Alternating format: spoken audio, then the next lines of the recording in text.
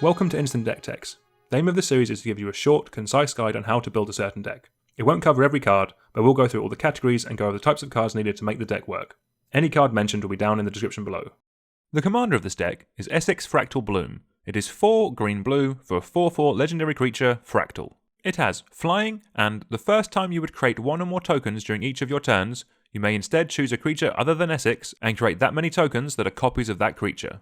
The aim of this deck is to do some very stupid things with Enter the Battlefield effects. We'll be combining the best value creatures that Simic has to offer with some powerful token makers, so we can turn a 1/1 sapling into card draw, interaction, ramp, and win conditions. Let's start with some of those token makers.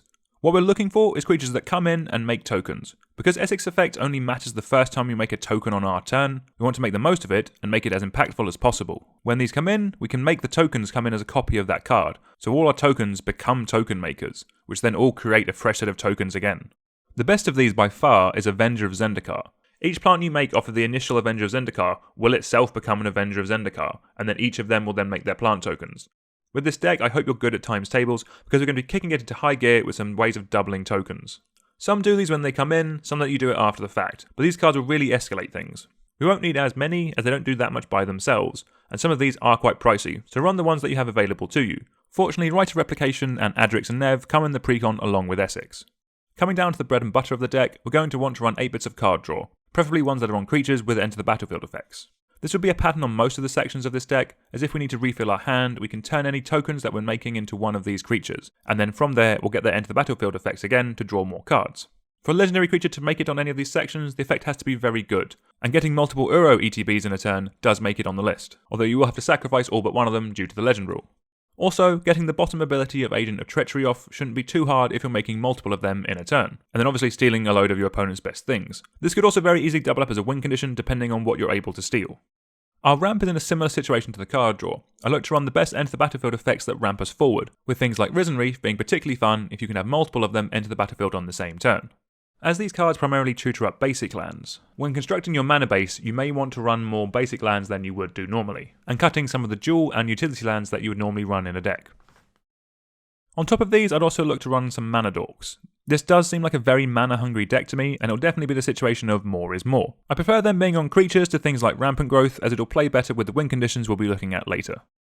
The first part of our interaction will again come on creatures with Enter the Battlefield effects. We'll probably won't be copying them as much as our card draw or ramp creatures, but they'll come in handy when we need them. And then there is also the case of blowing up our opponent's lands with a bunch of Woodfall Primuses and Terastodons.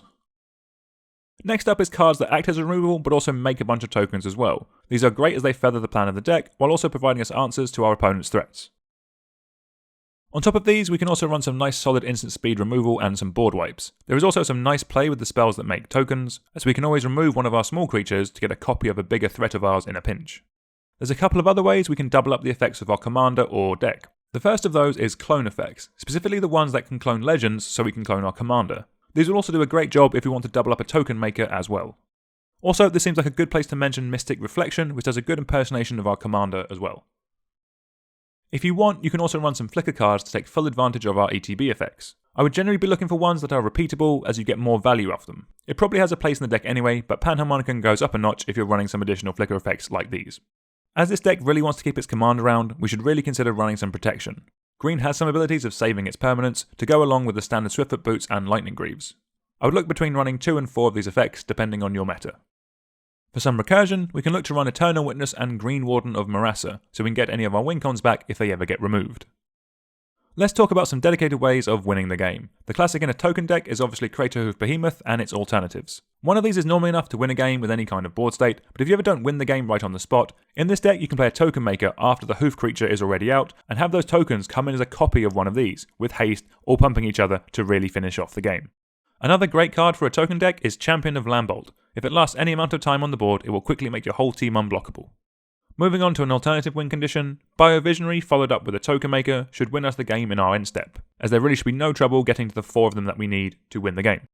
Rounding out the deck with some utility lands, as we've mentioned in our ramp section, this deck wants to run a lot of basic lands. With this, I recommend running slightly less utility lands than normal, by this I mean not going above 6. Until next time, please like, share and subscribe, and let us know down in the comments if there are any commanders you'd like to see a deck tech on. Thank you very much for watching.